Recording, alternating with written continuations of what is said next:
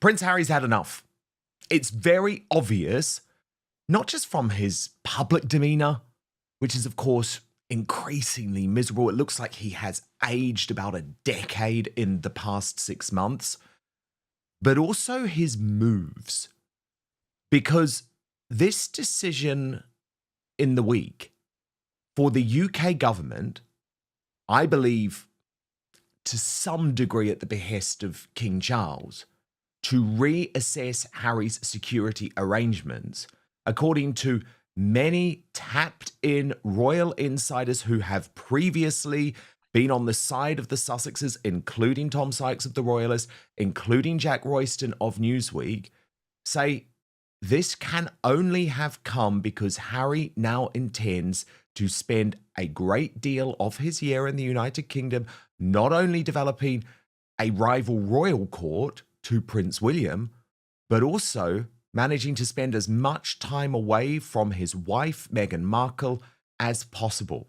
Tash, we'll get into some of the details. This is according to Taz, royal YouTube sensation, with me now. And Tash, I want to get into some of the details of this momentarily. But what do you make of this reversal? Because it does feel very odd, Tash, that he would lose his case. You know, the Home Office would win their case in court. And then just 5 months later, there would be this new assessment. What changed? Do you believe what changed? Was Harry admitting, trust me, you've got to listen to me. I'm going to be in the United Kingdom much, much more? I believe that Harry is just trying his luck. I believe that Harry has never been able to handle being told no like a toddler. I think that Harry was lobbying Yvette Cooper when she was the Home Secretary, and then he's then switched up to Shabina Mahmood, who is now the new Home Secretary. Harry is entitled under Ravek to have assessments. He hasn't won anything. It doesn't mean that he's going to win this, but he is entitled, I think it's meant to be every so many years, to have a review. And to be honest with you, I really hope it backfires on him because he's pushed for this. And it's all about him wanting to increase his, I would say, his security. He wants taxpayer funded. He wants to be paid for. He doesn't want to be paying for his own security. He wants to be internationally protected. So governments all around the world, he and Meghan can swan about the world, and the governments then have to dip into their taxpayers' money, and everybody has to pay for Harry and Meghan's security. And I think that he has just pushed and pushed and pushed. They're doing the assessment. I don't think that the way the mainstream media are trying to push it, that Harry is trying to move back here. I can't see him leaving his children. This to me just comes across as another tack on to this one big temper tantrum. Harry didn't like it that the Queen said he couldn't have all of his toys. So Harry is still throwing a tantrum 7 years later. He wants all of his toys. He doesn't want to be part of the royal family. I do believe he's still trying to directly challenge his brother. I do believe that Harry and Meghan are trying to set up their own royal court. And I do believe that Harry will continue to try to compete and to clash with his brother at events. Do I think that Harry, if he starts coming over to the UK more, he will just happen to time his visits every single time there's a big event for the Prince and Princess of Wales? Oh, yes, absolutely. And that's why it's very important for him not to have these allowances given back to him. He doesn't want to support the UK or the monarchy, the crown, his family, the Commonwealth realms. He wants to compete with his brother, and taxpayers should not be picking up the bill for a man who chose to quit country, quit his duties to have a life of celebrity, chasing awards, round of applause, and obviously the paparazzi. You're so right, Tash, because we saw this week, for example, Prince William celebrate his 20 years with the Centrepoint charity and say, quite interestingly, because some people would say this would be a slight at other royals and how they've done things, but I think it's more a statement of intent about how he wants to do things, about how Catherine wants to do things. And he said, I never intended to be an ornamental patron. And that came via one of the senior figures in the charity. And the irony is that's exactly what Harry claimed he was going to do, but of course never did, because it became all about making money and fighting fires and dealing with his mad wife, effectively. But this would be bad news for William. It's difficult to deny that, because he is attempting to modernize the monarchy. It's going to be difficult, Tash. He's already clashing with his dad about some aspects with this. He's already clashing with other members of the royal family about some aspects of this. It's going to be difficult. Having Harry there to constantly throw grenades would be really disastrous. Even, Tash, if it was, for example, over 3 months of the year. Harry will go out of his way to try and undermine his brother. He will then also have the freedoms to say and do things that Prince William perhaps can't because of his position and because he is also a statesman. Prince William is a statesman on the global stage. He meets with world leaders. People still, for some unknown reason, see Harry as this, oh, he's still fun. He's still that fun, jokey prince in his 20s. Look at the way he mucks around and makes a fool of himself at events. Yes, he's little more than a court jester. But what does Harry bring publicly to any of the events that he goes to? A bit of publicity, but it's often about him because he makes it about himself. When you see Prince William, Catherine, you see the Duke and Duchess of Edinburgh, the Princess Royal, so on and so forth. When they go to events, you hear about the events. When they even pose for photographs, you genuinely see the people, and you have Catherine and William more to the side. It's about using their platform to uplift others. Harry and Meghan use charities to uplift themselves. We've seen this pattern. This is possibly why they started having a lot of clashes with the royal family before the Royal Foundation was split from the apparent Fab Four. And Prince William decided, nope, not happening. It's not working. And then we've seen this behavior continue. Harry and Meghan, the disaster tourists, they will use people's grief, they will use people's charities, and it's all about a big positive PR photo shoot for them. So, yes, they do behave very differently to the Prince and Princess of Wales. So, with Harry trying to compete with his brother all the time, you do have people comparing and saying, well, Prince William's being a bit boring. Prince William's a little bit stuffy. Oh, look at Harry, he's fun. Prince William is a grown man doing his best for the UK, for the Commonwealth realms. He takes his position in life very seriously. Harry is a fool being paid to just promote what exactly other than himself?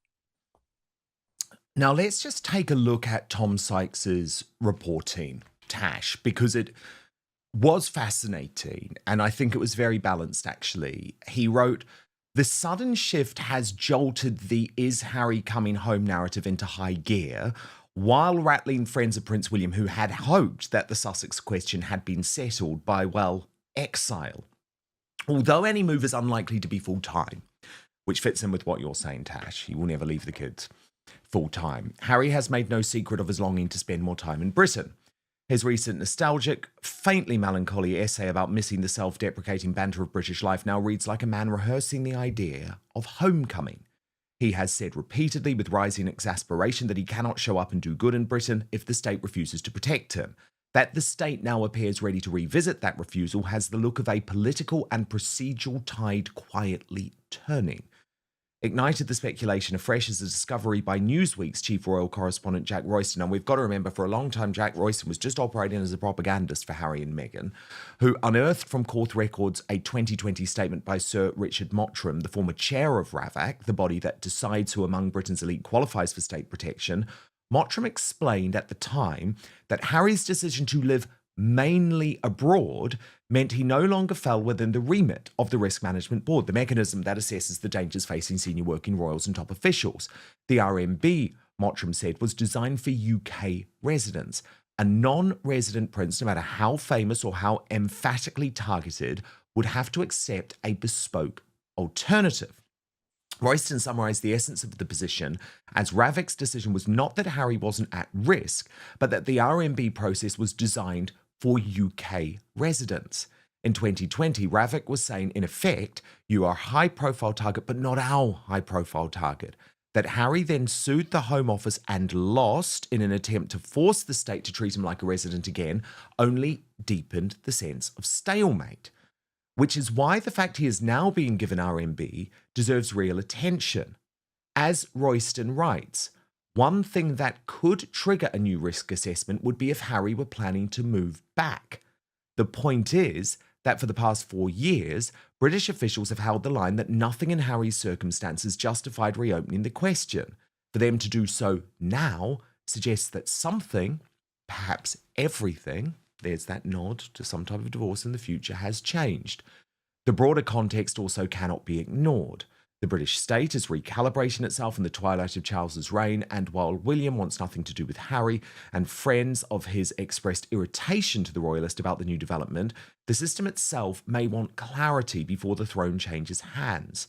What happens if Harry begins spending part of the year in Britain? What level of security does a quasi-royal, quasi-celebrity prince require? Who pays? Who decides? What precedent does it set for the next generation? None of these questions have been tidily answered by the bungled handling of his protection until now, and the RMB's reappearance only underscores how unfinished the business really is.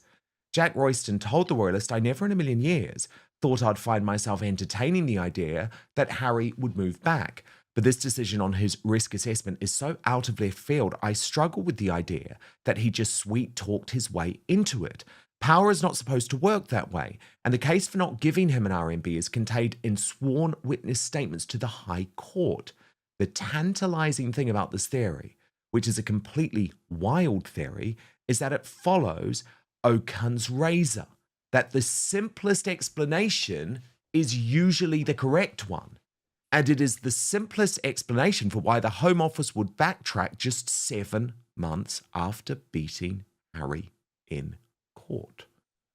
Tash, your response? I believe that Harry has no intentions of leaving Meghan. I believe that this is all about trying to get their security paid for by the taxpayers, because if the UK do that, then it will now then allow him to be able to claim taxpayers' money in other countries that he visits. Governments provided security, because he will need that no matter where he lives. I think that Harry and Meghan have ramped up trying to remind the world that they're royals, because they did try dropping it for a bit, because they were going to be A-list celebrities. They were going to be big. They were going to be billionaires. They were going to be bigger than the Obamas. You remember all of that they pushed, and it's not worked out. And Harry is losing a lot of money every single year. I can't imagine what their bills are. They need that security covered. So, what have we had in the last year? We've had Meghan using her titles, Meghan getting people to announce her as the Duchess of Sussex as she walks into rooms. You've got Harry, who is now on a campaign trying to be, he separated himself from Meghan. He's trying to go back to what he was doing. He wants people to see him as a member of the British royal family still. Why? Because that will help increase and bolster his case in getting security and being treated like a member of the royal family. The same if Harry starts coming over to the UK more. He believes it will then trigger him having more allowances and more of a heightened security risk because of his travel, because he's in the UK, to get the security reinstated. You've only got to look at 2 incidences that we've had this year.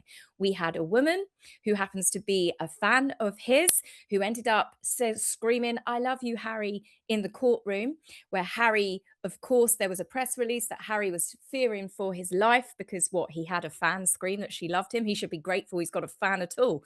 And then the similar thing with the recent trip over for the World Child Awards. The police were sweeping the hotel. So don't tell me he doesn't have protection. People still don't understand. He does have a lot of protection. They were sweeping the hotel with sniffer dogs at a cost I can only imagine to the taxpayers. And they found a known Sussex Squad member of his fan base who had followed him. And she was hiding in the toilets to see him. No different to the sort of fans that chase celebrities all around the world all of the time. She wasn't a danger, she wasn't a threat. But this has all come at the same time. And lo and behold, Harry's now getting a review. I think it is all just one big plot to try and get his security back. I don't think he's got any intentions of moving back to the UK. I think that's all noise. Tash, And that's my rant. no, I loved it. I loved it. It was fascinating, and we've given both sides there, which is great. I think because everything went down with Thomas Markle this week, what in some ways was overshadowed was the true disaster and horror of Meghan's dying Netflix career, dying was never career. And there are a couple of things I wanted to pick up on with you here. Firstly, congratulations to Resting Dollface, who discovered that after Prince Harry had invoked Downton Abbey, saying that being royal is like being in Downton Abbey, in what I believed was a dig at the British royal family, she discovered that Meghan Markle had appeared to copy one of these Downton Abbey treats. You'll see there on the left, Tash, was Downton Abbey in 2014. On the right, Meghan Markle in 2025. And it does just show you, doesn't it? They don't have an original thought, Tash. Shocked. I'm shooketh, Dan. I need to clutch my pearls if I had any. Come on, Meghan plagiarising something yet again? Not surprised, not shocked. Meghan perhaps feeding the Downton Abbey line to her husband to read because it's so funny. Yes, it seems like Harry and Meghan are still thick as thieves. I know there's been a lot of rumblings. I thought it myself about those two separating, but they're in on this all. They're in on it together. There's too many things that Harry says that Meghan says. He parrots stuff. This is just, they're just still scamming, jamming. I mean, she is a jam scam artist, isn't she? In every which way possible. She stole the logo. She's stolen the things she does with the jams off of people. I mean, it's pretty endless. But yeah. And then we come to the With Love Meghan reviews. Thank you so much to Nancy Sidley, because I am going to enjoy this. She has put them all together with sources, Tash. And I think because everyone just moved on from With Love Meghan, the holiday celebration, because it was in no charts whatsoever, we haven't really spoken about how truly horrifying it was and how the woke media even turned against her. So let me get to just reading out some of the highlights of this review. The Independent. All a little Stepford Wives, not informative, fun, enjoyable, or even aspirational. Then even their alternative review couldn't support it. Predictably insipid, a one-star festive effort, said the hard left newspaper. The Guardian. She serves food that looks like animal droppings and cooks a meal that Prince Harry hates. A glossy, hollow exercise in curated perfection. Her old pals at the Washington Post. Her advice felt so basic as to be condescending or so elevated as to be out of touch. The Irish Times. The reek of forced fun is ever present. Even Harry looks embarrassed. It becomes numbing in its relentless self-congratulation. The Spectator. Unendurable. A chore to sit through. The Duchess is simply not a compelling television presence. The News. Pointless. A tone-deaf attempt at festive lifestyle branding. Decider, more style than substance, a festive special nobody asked for. The Evening Standard, remember they did an interview for that newspaper once. Mad, sad, and self-indulgent. The Express, a holiday flop met with overwhelmingly poor reviews. And the viewer consensus on Rotten Tomatoes, painful to watch, artificial, and empty. The Netflix career is over, Tash. I seen that they ended with Rotten Tomatoes. I saw it floating around earlier and I looked myself. Rotten Tomatoes gave her a 0 rating. I have never, ever seen that on Rotten Tomatoes about anything. Anything. 0. That to me tells you absolutely everything, and there's certainly no lies detected with any of those headlines. In fact, I think some of those headlines were actually quite complimentary, given that I watched this utter drivel of a show. It was by far the worst, and I think it was the worst because it was festive.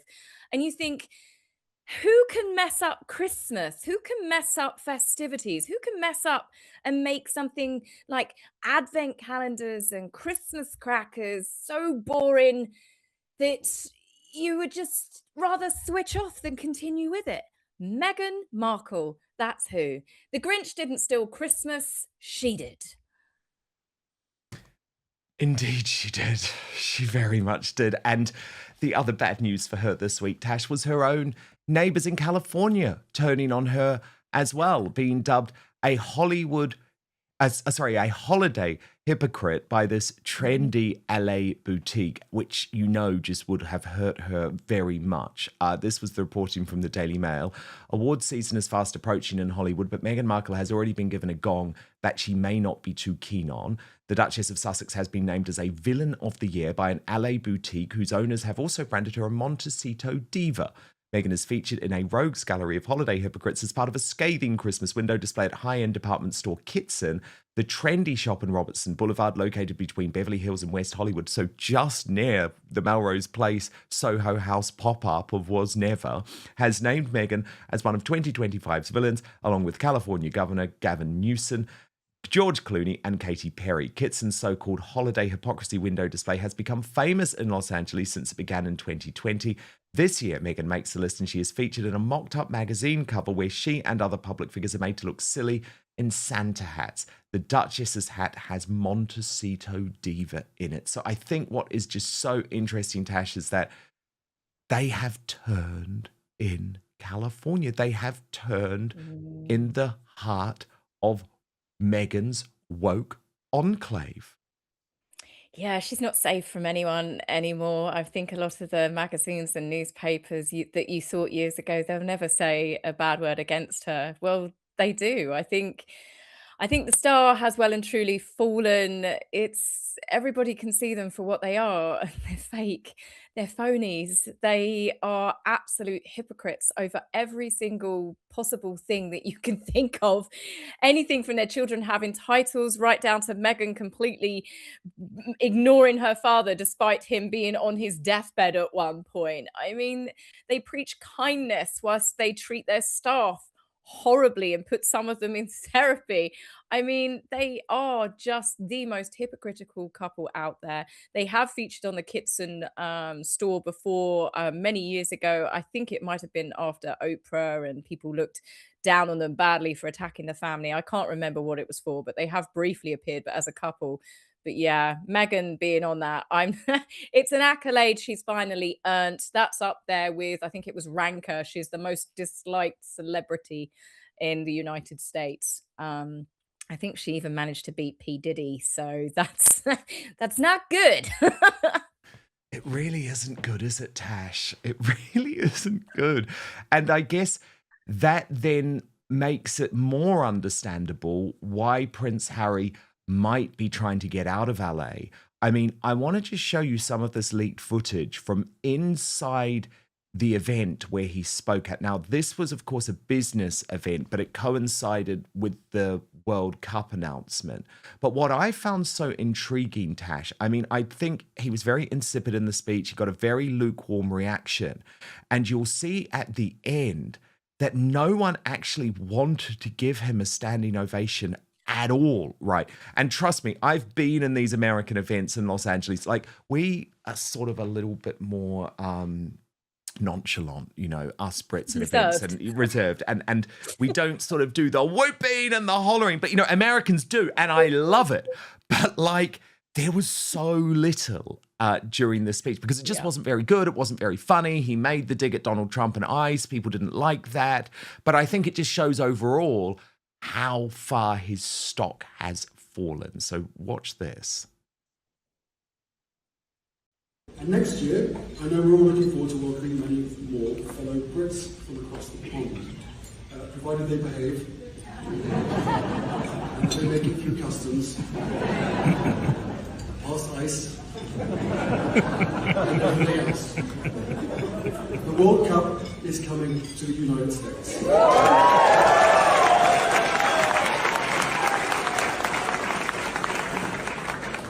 Both England and Scotland.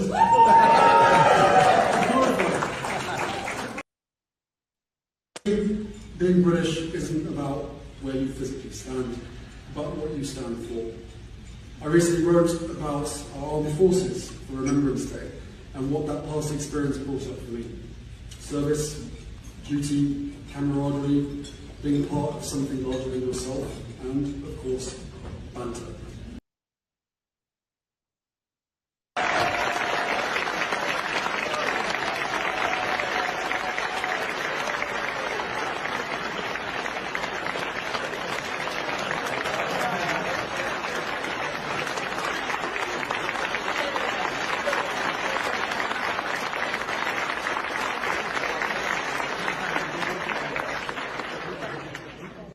Tash, so slow to get to their feet. Did you see that? And then, like, the moment that it was socially acceptable, not only were they down, but the clapping just stopped. Like, there was no love in the room for Harry, even in Los Angeles at a British-focused event. Yeah, I mean, there was genuine cheers and applause when he said about the World Cup. That's the sort of expectation that you would have when someone, a prominent figure such as Prince Harry, not obviously him, but someone else, you would get that. You also get a lot of people that would stand up, stand in ovation and giving the applause before the person has left the stage. But it's almost like someone said, "Oh, come on, everybody better stand up and clap." And everyone's like, "Oh, fine. Well, I'll get up if you get up. Oh, look, George has stood up over there. Oh, look, Dave's standing. We better stand up." It was just this, you could almost hear a collective groan, and people were just being polite. And yeah, he has completely lost his royal sparkle. He lost it a long time ago, but appearing at events like this, Harry speaking at housing, what was it, in Ontario? It's all to do with the housing market, this to do with businesses. Harry's got no business being at any of these places. He knows absolute zip about running businesses, about the housing market, about all the other things that he's done. What is it? He's done business equity and social media. He literally needs to, well, I mean, what could you honestly see him at, Dan? What could you honestly see him making an appearance at where Harry would actually know what he was talking Oh my about, God, other I than know. screwing over your family? Is that an expo? Could we have something like that? Selling your family down the river for 30 pieces of silver? Do they have big events like that? What about a lesson in hypocrisy, right? I'd actually like to hear that. Like, this is how you pretend to the world you're an environmentalist, but actually get all of your friends to fly you on your private jet. I'd listen to that. But no, I totally agree. It's like so funny. This is a desperate time for him because he needs the money. And so he needs That's to obvious. get the public speaking gigs, right? And he hopes that people don't film them because they're so bad. But the problem is no one is liking what he's selling at the moment. So he's really struggling to get these paid gigs. It is fascinating, Tash. But look, thank you so much for rounding it all up with us. It has been an insane royal week, and we will speak next week. But of course, if you do want much more, King Charles is expected to travel extensively on overseas tours in the coming year, covering a distance of more than 15,000 miles. Following what palace officials have described as encouraging developments in his cancer treatment. The plans mark a significant increase in foreign travel compared with the current year, during which his movements abroad were notably limited. The king, who is in his late 70s, and Queen Camilla, who is also in her late 70s, are scheduled to undertake official visits to the United States and the Caribbean. During the present year, the monarch completed only 3 short overseas trips, consisting of 2 visits to Italy and 1 to Canada. Palace sources explained that his opportunities to travel had been restricted since his cancer diagnosis in February of the year 2024, due to the need for regular weekly treatment. Although the number of foreign visits is expected to rise, officials indicated that the overall frequency of long-distance travel will still be reduced, compared with pre-diagnosis schedules. This adjustment is intended to allow the king more time to rest between engagements while continuing to fulfill key international duties. The first major overseas trip of the coming year is planned for April, when the king is expected to travel to the United States. During that visit, he is due to meet the President of the United States, Donald Trump, who has been invited as the guest of honor at a state banquet to be held at Windsor Castle later in September. The visit will coincide with commemorations marking the 250th anniversary of American independence from British rule. Later in the year, in November, the king is scheduled to travel to Antigua and Barbuda in the Caribbean to attend the biennial Commonwealth Heads of Government meeting. The summit is expected to bring together leaders from across the Commonwealth to discuss shared political, economic, and social priorities. These travel plans were confirmed shortly after the king publicly disclosed that the intensity of his cancer treatment is being reduced. Palace officials described this development as a positive step in his ongoing recovery, while emphasizing that his health continues to be closely monitored by medical professionals. following the King's recent public message supporting a new online cancer screening tool developed by Cancer Research United Kingdom. The charity reported a significant surge in traffic to its website. The tool allows individuals to check their eligibility for screening for bowel, cervical, and breast cancer. A spokesperson for the King later stated that His Majesty was particularly pleased to learn that his statement had prompted widespread public engagement and had helped raise awareness about the importance of early cancer screening.